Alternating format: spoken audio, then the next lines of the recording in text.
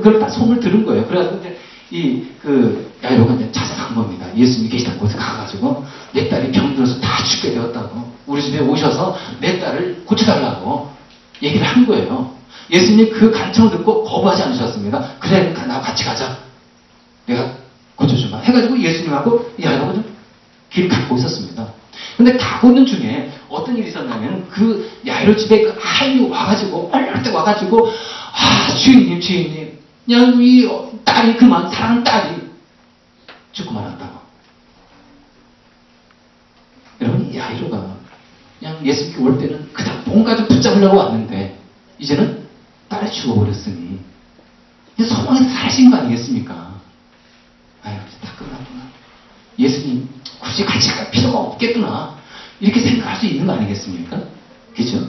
얼마나 이 절망과 진짜 이게 막 물밑이 막 들어왔겠습니까? 이 아이의 마음속에. 근데요, 예수님이 그걸 아시고, 미리 아시고, 예수님이 어떻게 말씀하십니까? 두려워하지 말아라. 믿기만 해라. 야이로가 진짜 그 인간의 마음을 아신 예수님 아니십니까? 그래갖고 예수님이 아신 거예요. 얘는 분명히 이걸 듣고 분명히 그냥 절망했을 거다. 그때 예수님이 주신 말씀 뭐라고요? 두려워하지 말아라. 믿기만 해라.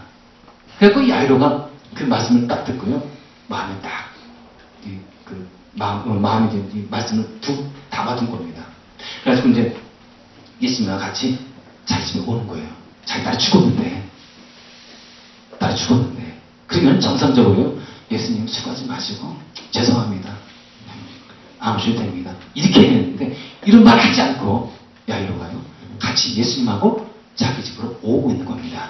이건 무엇을 의미하는 겁니까? 야이로 마음속에 소망이 있다는 거예요. 예수님이 가시기만 하면 뭔가 이루어지겠구나 해가지고 예수님과 같이 가는 거예요. 가가지고 예수님이 그 집에 도착해서 그 딸을 바라보고 어떻게 하시는 겁니까? 달리다고 소녀야 일어나거라. 소녀가 일어났잖아요. 소망 푸는 대로 그대로 이루어진 겁니다. 따라서 우리 예수님은 어떤 분입니까? 죽은 자도 살리시는 우리 예수님이시지만은 우리에게 소망을 주시기도 하고 그리고 소망을 이루어주시는 하나님 우리 주님, 이걸 우리가 봐야 된다는 거예요. 우리 주님은 소망을 주신 분이 아니라 소망까지 또 이루어주신 분이라는 거, 이걸 우리가 믿어야 한다는 것입니다. 로마서 15장에 보면은요, 소망을 주시는 하나님께서 믿음에서 오는 모든 기쁨과 평화를 여러분에게 충만하게 주셔서 성령의 능력으로 소망이 여러분에게 차고 넘치기를 바랍니다. 자, 우리 하나님은 어떤 분이십니까? 소망을 주신 분이라고 이 말씀에서 분명하게 우리에게 알려주고 있지 않습니까? 소망을 주신 하나님. 그 하나님께서 우리에게 어떻게 하시기 원한다고요? 우리에게 소망이 넘치기를 원하신다고 이렇게 말씀하고 있네요. 우리 주님께서는요, 우리에게 소망을 주시되 어떻게 주신다고요? 넘치게 풍성하게 주시는 분. 여러분 12절에 보시면 한번 더 보겠습니다.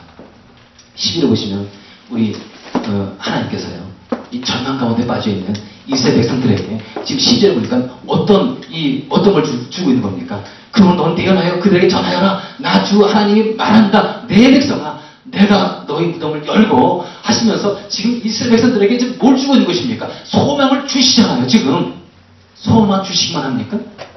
여러분, 이 예언 이후에 70년인가요? 그 이후에 포로들이 귀환을 하게 됩니다. 소망을 주셨고 그리고 이루어 주시는 하나님. 자, 그러니까 우리가 이제 이 하나님께서는요, 왜 우리에게 이런 소망을 주시는 걸까요? 왜 우리에게 소망을 주신다고 여러분 생각하십니까? 여러분, 우리가 이 소망이 없지 않습니까? 소망이 없으면은요, 우리는 서서히 죽어가는 존재인 거예요. 마른 뼈 같은 삶을 살아갈 수밖에 없는 존재인 것입니다. 그러나 소망이 있다면은 우리들은요, 비록 내가 만신창이 된다 할지라도요, 살아갑니다. 소망이 있기 때문에 그러는 거예요. 어떠한 비참한 상황 속에 있다 할지라도 나에게 소망만 있다면은 우리들은 이겨나가는 거예요. 그러니까 하나님께서 어떻게 하시겠습니까? 이 절망에 빠지는 이스라엘 백성들에게 뭘 주시는 겁니까? 소망을 주시는 겁니다. 그래야 이 백성이 사는 거예요. 이 백성이 절망에 빠진 이 백성이 살 수 있는 유일한 게 있습니다. 돈이 아닌 거예요. 물질이 아니고 명예가 아닌 것입니다. 이 백성에게 유일한 살 길은 소망인 거예요. 결국 이 백성이 소망을 갖고 잘 견뎌냈어요. 70년 후에 1차 포로 귀환, 2차 포로 귀환 통해가지고 다 회복되지 않습니까? 따라서 우리에게 필요한 것이 무엇입니까? 소망을 품는 것. 소망을 버리면 안 되는 거예요. 로마서 12장 한번 볼까요? 여기 보면은 로마서 19장 한번 보겠습니다. 소망을 품고 즐거워하며 환난을 당할 때 참으며 기도를 꾸준히 하십시오. 자, 우리에게 주시는 이 메시지가 무엇입니까? 우리에게 뭘 품으라고요? 소망을 품으라는 겁니다. 소망을 품으면 우리의 마음속은 즐거운 거예요.